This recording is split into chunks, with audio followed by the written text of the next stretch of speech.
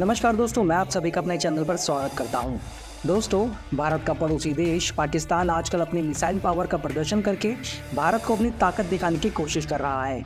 लेकिन शायद पाकिस्तान अपना इतिहास भूल रहा है कि किस तरह से उसने जितनी बार भी भारत से उलझने की कोशिश की है, उतनी बार ही उसे मुंह की खानी पड़ी है। लेकिन अब जब पाकिस्तान के पास भी मिसाइल टेक्नोलॉजी आ गई है, फिर भले ही वो किसी भी चाइनीज़ कंपनी की मदद से ही क्यों ना आई हो, अब ऐसे में पाकिस्तान अपने आप को पूरे एशिया रीजन का महारथी समझने की कोशिश कर रहा है। लेकिन यहाँ वो ये भूल रहा है कि वो चाहे कितना भी एडवांस ही क्यों ना हो जाए, वो अपने बाप यानी भारत से पीछे ही रहेगा। और अगर पाकिस्तान ने चीन या किसी और देश की बात को मानकर भारत पर दोबारा से अग्रेशन दिखाने की कोशिश की भी, तो भारत अपने मिसाइलों और रॉकेट सिस्टम से पाकिस्तान को ऐसी मार मारेगा कि पाकिस्तान को बचने के लिए उसका नया आका चीन भी नहीं बचा पाएगा। और दोस्तों, ये बात हम ऐसे ही नहीं कह रहे हैं, बल्कि आज के समय में भारत इतना ज़्यादा सशक्त हो गया है कि अगर भारत चाहे तो पाकिस्तान को दुनिया के नक्शे से एक चुटकी में गायब कर सकता है। और अगर पाकिस्तान ये सोच रहा है कि चीन भारत को काउंटर करने में उसकी मदद करने वाला है, तो ये उसकी सबसे बड़ी भूल होने वाली है, क्योंकि भारत का दूसरा पड़ोसी देश चीन भारत की बढ़ती ताकत से खुद ही इतना ज़्यादा डरा हुआ है कि मालदीव के जरिए हिंद महासागर में चुपके चुपके भारत की जासूसी करने की कोशिश कर रहा है, ताकि कहीं से भी भारत के हथियारों की काट निकाल सके। लेकिन दोस्तों, चीन को यहाँ कुछ भी नहीं मिलने वाला, क्योंकि चीन को हिंद महासागर में काउंटर करने के लिए भारत ने अपने नेवल बेड़े में नए और एडवांस हथियारों को शामिल कर लिया है, जिनकी काट चीन तो क्या अमेरिका के पास भी नहीं है। और दोस्तों, वैसे हाल ही में आपने हमारे रक्षा मंत्री का वो बयान तो सुना ही होगा, जिसमें उन्होंने कहा है कि भारत अब 1 या 2 एयरक्राफ्ट कैरियर नहीं, बल्कि 6 एयरक्राफ्ट कैरियर को बनाने का प्रोजेक्ट शुरू करने जा रहा है। और एक बार जब ये एयरक्राफ्ट कैरियर बनकर भारत की नौसेना में शामिल होंगे, तो हिंद महासागर में चीन तो छोड़ो, भारत के खिलाफ कोई परिंदा भी पर नहीं मार पाएगा।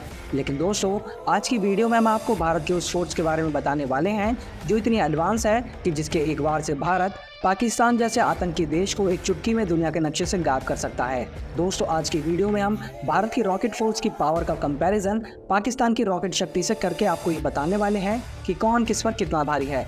इसलिए वीडियो काफ़ी ज़्यादा इन्फॉर्मेटिव और इंटरेस्टिंग होने वाला है, इसलिए वीडियो में आखिर तक ज़रूर बने रहिएगा। लेकिन वीडियो में आगे बढ़ने से पहले अगर आप यहाँ तक वीडियो को देखते हुए आ गए हैं और आपको वीडियो अच्छी लगी है, तो वीडियो को लाइक, शेयर और चैनल को सब्सक्राइब करना ना भूलें। चलिए दोस्तों, शुरू करते हैं। दोस्तों, अभी हाल ही में आपने ये न्यूज़ तो पढ़ी ही होगी कि पाकिस्तान ने अपनी फतह 2 मिसाइल का सफल परीक्षण किया है, जिसकी रेंज 400 किलोमीटर तक बताई जा रही है। और पाकिस्तान भारत को अपनी ये नई मिसाइल दिखाकर डराना चाह रहा है। लेकिन पाकिस्तान यहाँ ये भूल गया है कि भारत उससे हर क्षेत्र में कई पीढ़ी आगे की टेक्नोलॉजी को विकसित करके बैठा है। और अगर पाकिस्तान ये सोच रहा है कि भारत उसकी इन खोखली धमकियों से डर जाएगा, तो उनकी जानकारी के लिए मैं उन्हें ये बता दूँ कि भारत ने अभी तक भी अपनी असली ताकत दुनिया को नहीं दिखाई है। दरअसल दोस्तों, भारत एक शांति प्रिय देश है जो कभी भी किसी देश से जंग नहीं चाहता है। इसलिए भारत कभी भी अपने पड़ोसी देशों को नीचा दिखाने की कोशिश नहीं करता है। लेकिन भारत के पड़ोसी देश चीन और पाकिस्तान हमेशा से ही भारत को परेशान करते रहते हैं, और भारत को ना चाहते हुए भी इन देशों को उनकी औकात दिखाने के लिए अपनी असली ताकत की एक झलक दिखानी पड़ती है। दोस्तों, अब जब पाकिस्तान के रॉकेट फोर्स के बारे में इतनी बातें हो रही हैं, तो चलिए भारत और पाकिस्तान की सेना में शामिल रॉकेट फोर्स के बीच कंपैरिजन करके देखते हैं कि भारत की रॉकेट फोर्स के आगे पाकिस्तान की रॉकेट फोर्स की क्या औकात है। दोस्तों, दुनिया की किसी भी रॉकेट फोर्स में 2 बेसिक फैक्टर होते हैं, जिनके आधार पर हम ये तय करते हैं कि वो रॉकेट फोर्स कितनी ज़्यादा कैपेबल है। और आज की वीडियो में हम इन्हीं 2 फैक्टर के आधार पर भारत और पाकिस्तान की रॉकेट फोर्स का कंपैरिजन करने वाले हैं। दोस्तों, पहला फैक्टर है कि एक रॉकेट कितनी ज़्यादा दूरी तक जा सकता है, यानी उसकी रेंज कितनी ज़्यादा है। और दूसरा फैक्टर है उनका रॉकेट लॉन्चर सिस्टम एक बार में कितने रॉकेट्स को लॉन्च कर सकता है। तो चलिए दोस्तों, अब बात करते हैं पाकिस्तान की रॉकेट फोर्स के बारे में। दोस्तों, पाकिस्तान की रॉकेट फोर्स लिस्ट में सबसे पहले नंबर पर आता है पाकिस्तान का रॉकेट लॉन्चर फतह 1। दोस्तों, पाकिस्तान का रॉकेट लॉन्चर सिस्टम फतह 1 पाकिस्तान द्वारा बनाया गया रॉकेट लॉन्चर सिस्टम है और इसकी रेंज 140 किलोमीटर की है। इसके साथ ही एक multi launch rocket artillery system है, लेकिन आज तक भी इस रॉकेट सिस्टम से जुड़ी हुई कोई भी जानकारी पाकिस्तान के द्वारा साझा नहीं की गई है, जिस वजह से रॉकेट लॉन्चर कितना ज़्यादा एडवांस और घातक है, इसके बारे में दुनिया भर के विशेषज्ञों के बीच एक राय नहीं है। दोस्तों, इसके बाद बात करते हैं पाकिस्तान के पास मौजूद A100 रॉकेट सिस्टम के बारे में। दोस्तों, इस A100 रॉकेट सिस्टम की रेंज 120 किलोमीटर तक बताई जाती है और इसे चीन और पाकिस्तान ने मिलकर बनाया है, जिस वजह से इसकी काबिलियत पर भी दुनिया के सभी विशेषज्ञों की एक राय नहीं बन पाई है, क्योंकि चीन ने आज तक कभी भी अपने किसी भी हथियार की ताकत को लेकर कोई भी सही जानकारी नहीं दी है। इसके अलावा पाकिस्तान के पास ऐसे 450 से ज़्यादा रॉकेट लॉन्चर मौजूद हैं। ये रॉकेट लॉन्चर 300 मिलीमीटर का एक मल्टी लॉन्च रॉकेट सिस्टम है और इनसे चीन में बनी हुई क्लैड मिसाइलों को फायर किया जाता है।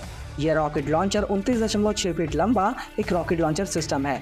इसमें 10 बैरल होते हैं जिनसे एक बार में 10 मिसाइलें फायर की जा सकती हैं। अब दोस्तों अगर बात करें भारत के पास मौजूद रॉकेट सिस्टम की, तो भारत के पास Russian made BM-30 Smerch multi barrel rocket launcher system मौजूद है, जिसमें 12 बैरल मौजूद होते हैं, यानी कि इस लॉन्चर सिस्टम से एक बार में 12 रॉकेट को लॉन्च किया जा सकता है। इस रॉकेट लॉन्चर से 300 मिलीमीटर कैलिबर वाले रॉकेट्स को लॉन्च किया जा सकता है।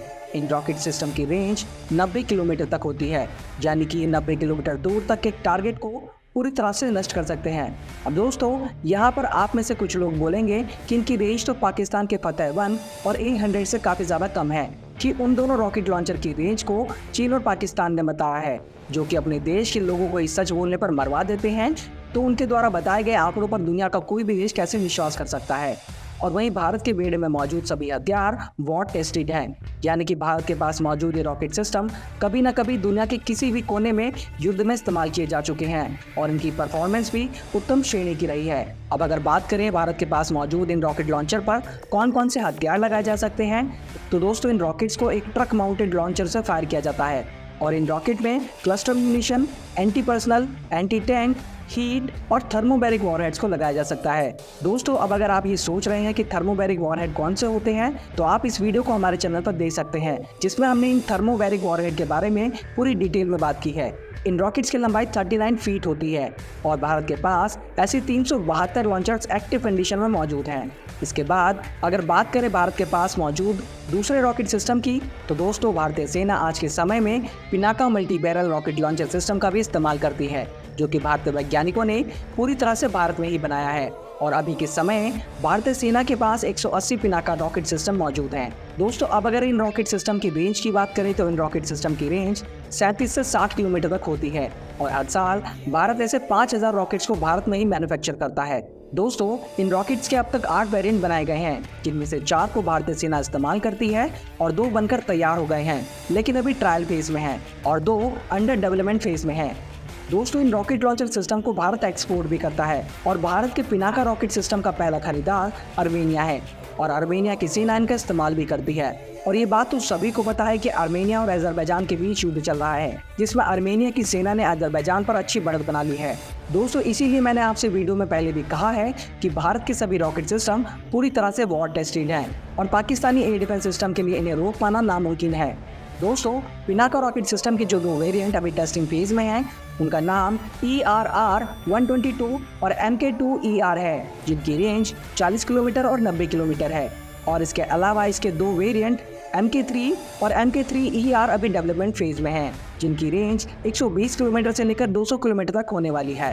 और दोस्तों Pinaka multi barrel rocket system 12 barrel का रॉकेट लॉन्चर सिस्टम है, जिससे एक बार में 12 रॉकेट्स को एक साथ लॉन्च किया जा सकता है। दोस्तों इसके अलावा भारत के पास BM-21 ग्रैड रॉकेट लॉन्चर सिस्टम भी मौजूद है, जिसकी रेंज 500 मीटर से 45 किलोमीटर तक होती है और इससे एक बार में 40 रॉकेट को फायर किया जा सकता है। इस रॉकेट लॉन्चर सिस्टम से हर एक सेकंड में 2 रॉकेट फायर किए जा सकते हैं। यहाँ मैं आपको ये भी बता दूं कि 1999 के कारगिल युद्ध के दौरान भारतीय सेना ने इन्हीं BM-21 ग्रैड रॉकेट्स का उपयोग करके ऊंचे पहाड़ों पर मौजूद पाकिस्तानी सेना और आतंकियों के छक्के छुड़ा दिए थे। और अब रही बात पाकिस्तान की रॉकेट फोर्स और भारत की रॉकेट फोर्स में कौन किस पर ज़्यादा भारी है, तो दोस्तों यहाँ मैं आपको ये बता दूँ कि पाकिस्तान की पूरी रॉकेट फोर्स को भारत की एक बैलिस्टिक मिसाइल ही तबाह करने का दम रखती है। इसके अलावा भारत के पास MIRV टेक्नोलॉजी भी मौजूद है, जिससे भारत जब चाहे एक मिसाइल से पाकिस्तान की कई सारी इंपॉर्टेंट लोकेशन को तबाह कर सकता है। अब कुछ पाकिस्तानी प्रेमी लोग यहाँ ये भी सोचेंगे कि पाकिस्तान के पास भी एयर डिफेंस सिस्टम मौजूद है और वो भारत के इस हमले को आसानी से रोक लेगा और भारत का यह हमला पूरी तरह से नाकाम हो जाएगा। तो उन लोगों को मैं ब्रह्मोस मिसफायर वाला किस्सा याद दिला दूं, जिसमें पाकिस्तान का चाइनीज़ एयर डिफेंस सिस्टम पूरी तरह से काबाड़ साबित हुआ था। तो दोस्तों अब इस पूरी वीडियो को देखकर आप ये तो समझ ही गए होंगे कि अगर भारत और पाकिस्तान के बीच युद्ध होता है तो कौन सा देश किस पर भारी पड़ेगा। अब आप हमें कमेंट करके ये बताइए कि क्या भारत और पाकिस्तान के युद्ध में चीन पाकिस्तान को भारत से बचाने के लिए आएगा या नहीं। और आज की वीडियो में फिलहाल इतना ही। आपको ये वीडियो कैसी लगी हमें कमेंट करके ज़रूर बताइएगा। इसके अलावा आप किन किन टॉपिक्स और वीडियो को देखना पसंद करते हैं हमें कमेंट करके बता सकते हैं। अगर आप इस वीडियो में बताए गए थर्मोबैरिक हथियारों के बारे में और जानना चाहते हैं तो स्क्रीन पर दिख रही वीडियो पर क्लिक करके देख सकते हैं।